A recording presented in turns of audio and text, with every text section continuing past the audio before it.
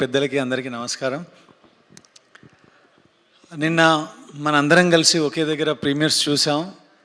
ఆ ప్రీమియర్స్ చూసినప్పటి నుంచి బైకర్ సౌండ్ చెవుల్లో మారు మోగుతూనే ఉంది. నాకైతే అంత గొప్పగా మిక్సింగ్ చేశారు ఆ సినిమాని. అంతే సౌండ్, అదే సౌండ్, అది రీసౌండ్ రూపంలో బాక్స్ ఆఫీస్ దగ్గర కలెక్షన్స్గా మారాలని మనస్ఫూర్తిగా కోరుకుంటున్నా. మార్నింగ్ వంశీ గారు చేశారు. వంశీ అన్న ఫోన్ చేసి రమ్మన్నారు. యాక్చువల్గా వంశీ అన్న చేయకపోయినా నేను ఒక వీడియో చేసి పెడదాం అనుకున్నాను శర్వా గారి గురించి. మా భోగి డిస్కషన్స్ జరుగుతున్నప్పుడు 1-2 సార్లు మేము డిస్కషన్లో కూర్చున్నప్పుడు మార్నింగ్ వాకింగ్ నుంచో రన్నింగ్ నుంచి వచ్చారు. ఈవినింగ్ అలాగే మార్నింగ్ ఈవినింగ్ 2 సార్లు వెళ్ళేసి వస్తున్నారు.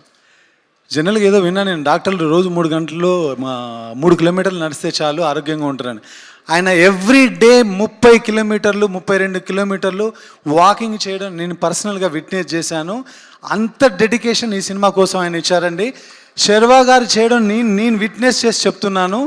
ఆయన ట్రాన్స్ఫర్మేషన్ కావచ్చు, ఆయన ఆరా కావచ్చు, ఆయన ప్రజెన్స్ కావచ్చు, ఈ సినిమాలో నాకు తెలిసిన అన్ని సినిమాలు చూశాను. దిస్ ఈజ్ హిజ్ బెస్ట్ 100% చెప్పగలను నేను. సో ఆ శర్వా గారు అంటే జనరల్గా నేను అప్పుడు మేము కమర్షియల్ సినిమాలు చేస్తున్నప్పుడు అమీర్ ఖాన్ గారు అప్పుడప్పుడు వెయిట్ పెరిగారు అంటే మాకు తెలియదు, ఇది ఆశ్చర్యంగా అనిపించేది. నేను పర్సనల్గా శర్వా గారిని చూశాను. ఈ సినిమా కోసం ఎంత చేశారో, ఇప్పుడు నా సినిమా కోసం ఎంత చేస్తున్నారో చూస్తున్నారు. శర్వా గారు ఇప్పటి వరకు కాయన్కి ఒకవైపే చూశారు. కాయన్కి అదర్ సైడ్ ఇక నుంచి 2026 నుంచి చూడబోతున్నారు. నేను చాలా స్ట్రాంగ్గా నమ్ముతున్నా. చెప్తే కొంచెం క్లీషేగా ఉంటుంది కానీ మొన్ననే నారి ఇప్పుడు బైక్, తర్వాత వెరీ సూన్ భోగి, శర్వా నామ సంవత్సరం అని నాకు అనిపిస్తూ ఉంది. I wish and I pray for it. Next Rajasekhar గారు సార్, యాక్చువల్లీ మీకు తెలుసో లేదో, జీవిత గారికి తెలుసు, మనం కలిసి చేయాల్సి ఉండింది.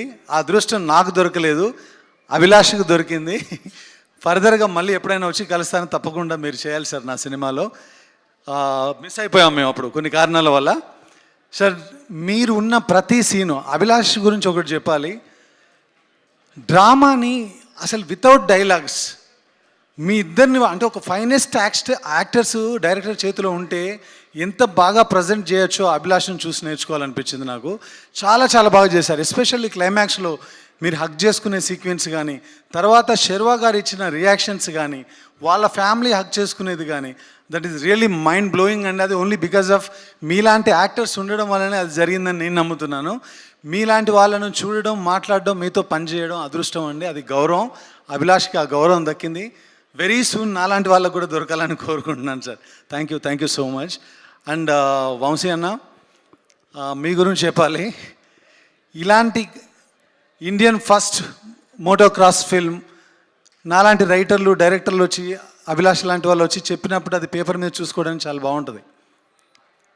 కానీ దాని కన్విక్షన్తో ఆ విజన్ని నమ్మి, ఆ స్కోప్ని ఇమాజిన్ చేసి స్క్రీన్ మీద తీసుకురావాలంటే మాత్రం నరాలు కట్ అయిపోతాయి.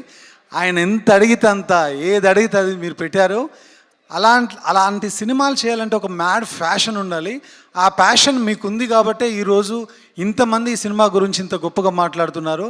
హ్యాట్స్ ఆఫ్ అన్న వంశీ అన్న, మీరు ఇలాగే యంగ్ టాలెంట్ని మాలాంటి వాళ్ళందరినీ ఎంకరేజ్ చేస్తుండాలి. ఇలాంటి న్యూ జాన్రా సినిమాలు మీరు ప్రొడ్యూస్ చేస్తుండాలి. And congratulations everybody.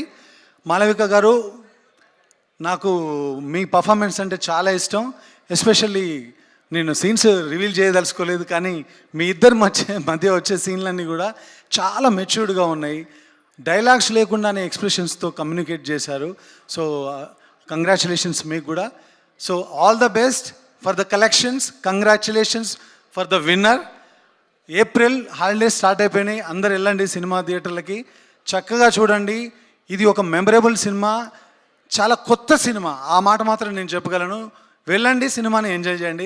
Thank you so much నన్ను ఇక్కడ పిలిచినందుకు.